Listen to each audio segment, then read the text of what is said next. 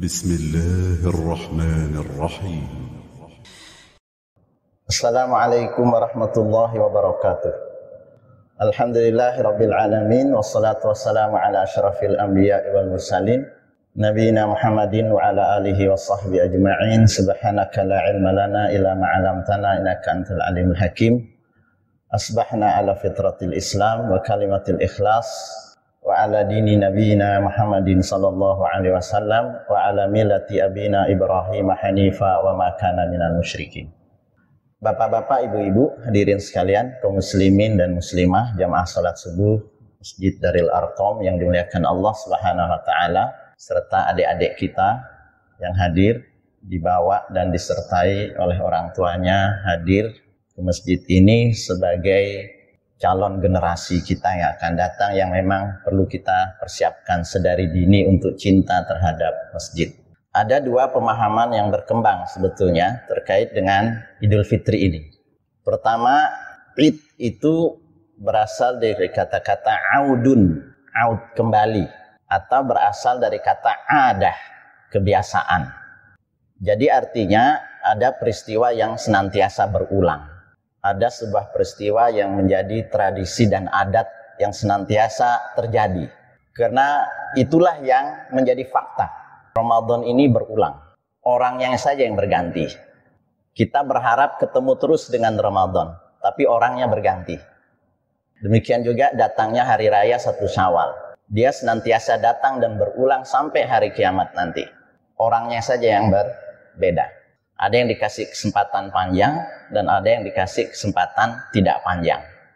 Oleh karena itu kalau kita mendengar doanya Syekh Sudais, di antara yang membuat orang menangis dalam doanya tatkala dia berdoa, Allahumma a'id alaina ramadhana adidah. Ya Allah, berikan kami a'id, beri kami pengulangan Ramadan yang berulang-ulang. Nah, pemahaman yang pertama adalah kembali di sini adalah kembali fitrah. Pemahaman ini muncul dari pemaknaan terhadap Ramadan secara umum. Bahwa apa yang menjadi khas Ramadan, apa yang menjadi salah satu inti dari Ramadan itu. Inti dari Ramadan itu adalah ghufranud dzunub, pengampunan dosa. Karena itu di antara hadis Nabi menyebutkan Ramadan ila Ramadan kafaratun lima bainahuma. Ramadan, kamu ketemu lagi dengan Ramadan berikutnya, rentang antara keduanya kafaratun. Dia menutup, dia mengkafarah segala dosa-dosa yang dilakukan. Karena itu teks hadis yang muncul dari Rasul sallallahu alaihi wasallam terkait dengan pengampunan. Nomor 1 misalnya, man shoma ramadhana imanan wahtisaban ghufira lahu ma taqaddama min dzanbihi. Barang siapa puasa Ramadan, berarti di siang hari kan? Dia puasa Ramadan karena iman. Ingat, motivasinya adalah karena landasan iman Allah memanggilnya ya ayyuhalladzina amanu. Lalu kemudian wahtisaban, ikhlas dan mengharap pahala betul dari Allah Subhanahu wa taala. Puasa yang model ini gitu ya. Ghufira lahu ma taqaddama min dzanbihi. Akan dihapus dosa dan kesalahannya yang sudah lewat. Kemudian pada saat malam hari, Rasul kemudian menyatakan dalam hadisnya, semuanya sahih dalam Muslim. Man qoma ramadhana imanan wahtisaban ghufira lahu ma taqaddama min dzanbihi. Barang siapa yang melakukan qiyam Ramadan, konteksnya malam hari. Di antaranya kita melakukan salat tarawih dan witir. Dan itu kita lakukan sama imanan wahtisaba, karena iman dan mengharap ridha Allah Subhanahu wa taala, ghufira lahu ma taqaddama min dzanbihi.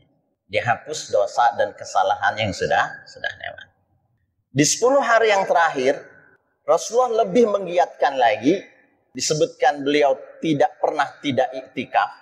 Bahkan disebutkan di tahun terakhir yang di saat itu beliau wafat, iktikaf beliau di masjid selama 20 hari.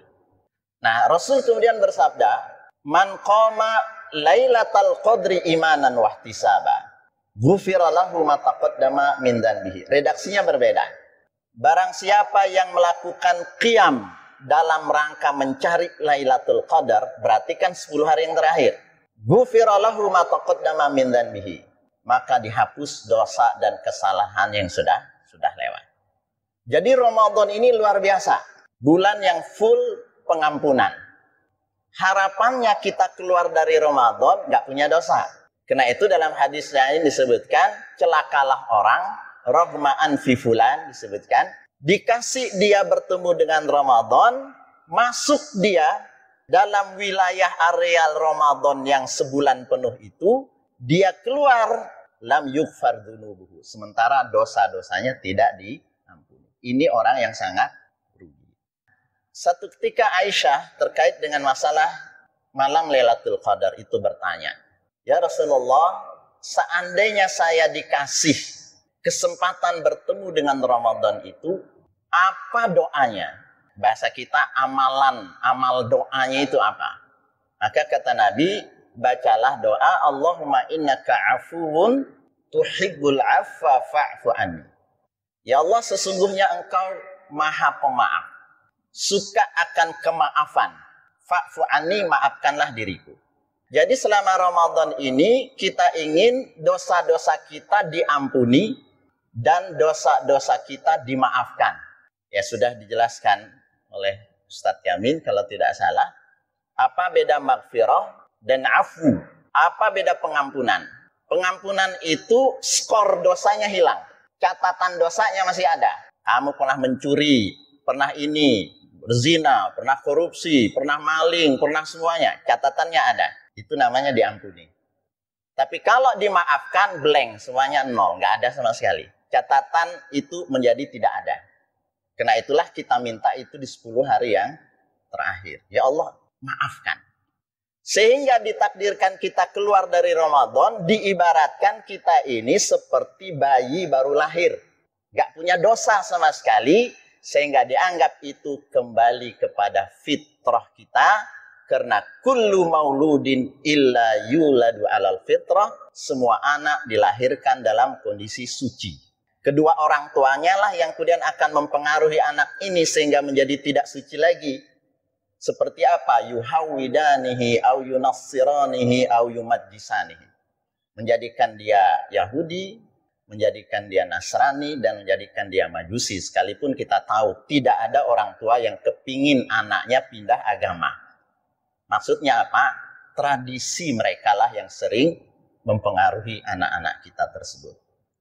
Nah, jadi sekali lagi kembali kepada Idul Fitri. Dengan pemaknaan seperti inilah munculnya istilah kembali kepada fitrah manusia yang suci, kayaumi waladathu ummu, seperti bayi yang dilahirkan oleh ibunya di awal yang suci tanpa dosa. Nah, oleh karena itulah kita kemudian di negeri ini mengenal istilah halal bihalal. Ini khas Indonesia. Bahkan secara bahasa Arab saja ini tidak dikenal. Kenapa muncul juga istilah seperti ini? Karena terkait dengan Allah itu pemaaf kan.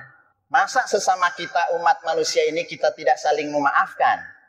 Barangkali kita pernah melecehkan orang, mencaci maki orang, menggosip orang, ghibah terhadap seseorang, dan pada hari kiamat nanti itu tidak sederhana masalahnya, karena akan saling menuntut, saling cek dan recheck apakah benar tuntutan itu. Maka tatkala dalam suasana lebaran kita bisa memaafkan karena Allah Maha Pemaaf, maka konteksnya kalau kita ingin dosa terhadap ghibah dan seterusnya itu menjadi skornya 0 juga, kata para ulama istahalla, kita minta dihalalin. Nah, karena kita minta dihalalkan muncullah istilah halal bihalal. Pemahaman yang kedua adalah berdasarkan teks dan dalil-dalil tekstual dia. Tatkala orang Arab mengatakan soma fatara shaim, telah berbuka orang yang berpuasa, fatara. Sehingga Idul Fitri dipahami adalah kembali orang berbuka.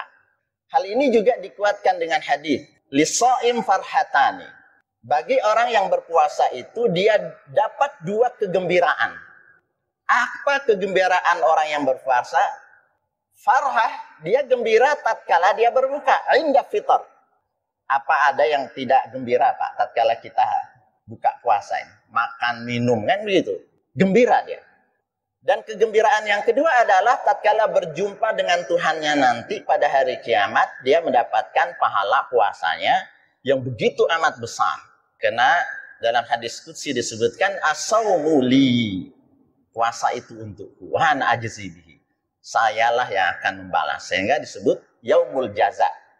Nah, sehingga Idul Fitri itu artinya dalam pemaknaan yang kedua itu adalah kita kembali bisa makan, kita kembali bisa minum, dan kita bisa kembali berkumpul dengan istri kita. Nah, oleh karena itulah kenapa di antara hal yang disunahkan bagi orang yang mau berangkat menuju ke tempat sholat atau musola itu, maka dia dianjurkan makan, disunahkan, mustahab, dianjurkan dia makan dan minum sebelum berangkat. Bahkan diharamkan mereka untuk berpuasa. Karena kembali lagi rutinitas yang sudah dia lakukan. Nah, apa yang perlu kita siapkan terkait dengan Idul Fitri ini? Pertama, disunahkan, kalau sudah diumumkan, kalau kita sudah pasti ya, warga Muhammadiyah, adalah memperbanyak takbir. Dalilnya juga sama dalam rangkaian ayat tentang saum itu. Ayat 185, walitukmilul iddata walitukabbirullaha ala ma hadakum wa la'allakum tashkurun.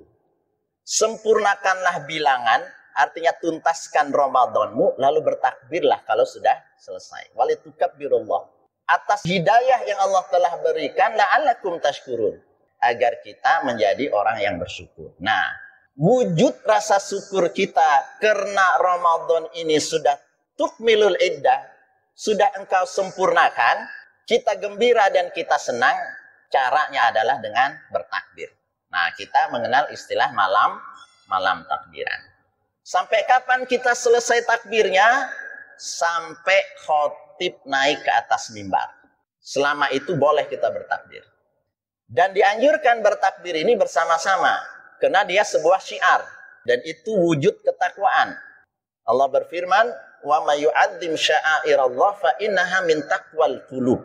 Siapapun orang yang kemudian mengagungkan, mengta'zimkan syiar Allah, itu makna dari takwanya yang ada di dalam hatinya. Kemudian jangan lupa ada hal yang terkait dengan zakat fitrah. Nah, ini juga agak rancu. Agak rancu itu begini. Terjemahan kita tatkala disebut Idul Fitri konsisten. Kita menerjemahkan ke Indonesia Idul Fitri. Tapi tatkala ditulis zakat fitrah, teks hadis itu tidak ada menyebut zakat fitrah.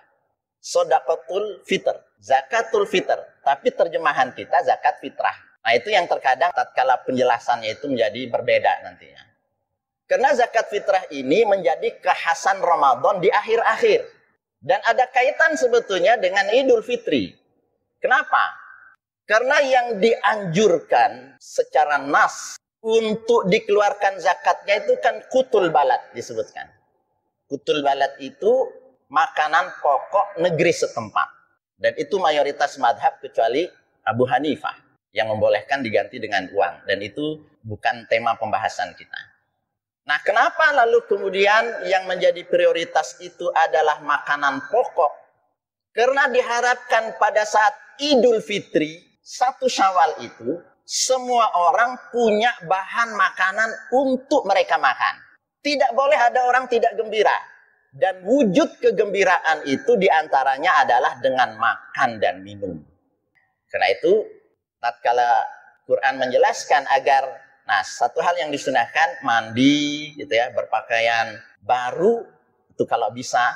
Tapi yang disebutkan itu pakaian terbaik. Pakaian terbaik kan belum tentu baru yang kita miliki. Kemudian pakai wangi-wangian. Dalilnya, khudzu zinatakum 'inda kulli masjidin wa kulu washrabu hatta tusrifu. Khudzu zina, ambillah segala perhiasanmu setiap kali kamu berangkat ke masjid. Kalau hari Jumat, kita dianjurkan mandi, wangi-wangian, dan ini karena konteksnya berkumpul. Maka dianggap pada saat Idul Fitri itu, suasana kita berkumpul jauh lebih banyak daripada sholat Jumat. Sehingga hal-hal seperti ini juga dianjurkan. Nah, karena itu dianjurkan tadi rangkaian hadis khudzu zinatakum 'inda kulli masjid, wa kulu washrabu, makan dan minum. Nah, karena itulah namanya kegembiraan itu salah satu wujudnya makan dan minum. Tapi ada anjuran kan, 1 Syawal jangan ada makan, jangan ada minum ya. Jadi orang boleh bertamu tapi jangan sediakan makanan dan minuman. Ya, ada juga pengumuman seperti itu. Nah, dianjurkan tatkala kita berangkat menuju ke tempat sholat, dari satu jalan kita berangkat, baliknya adalah dengan jalan yang lain. Ini semuanya menunjukkan syiar. Dianjurkan juga sampai wanita haid, budak-budak, dianjurkan semuanya keluar. Jadi orang Islam itu harus punya power, show gitu ya. Bahwa jumlah mereka itu banyak. Jumlah mereka itu bisa menggerakkan. Karena memang secara umum, Quran mengatakan begini. Huwallazi arsala rasulahu bil huda wa dinil haq liyudhhirahu 'ala dini kullihi. Allah yang telah mengutus rasulnya dengan membawa petunjuk dan agama yang benar. Untuk apa agama yang benar ini? Liyudhhirahu, untuk kamu munculkan, tampilkan ala dini kullihi, di atas agama-agama yang lain.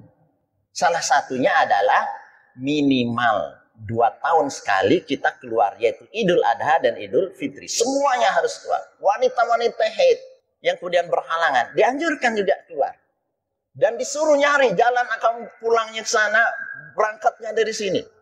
Karena itu sebetulnya kalau sebuah pemerintahan itu ada, tempat sholat itu pada asalnya cuma 1. Dulu waktu saya kecil, Palangkaraya ini tempat sholat itu ya cuma 1. Di Sanaman Mantikai itu. Gak ada tempat sholat banyak. Yang jadi khotib bergantian dari NU, lalu kemudian dari Muhammadiyah, tempatnya cuma 1. Sehingga kelihatan sekali syiar itu. Semua orang berkumpul.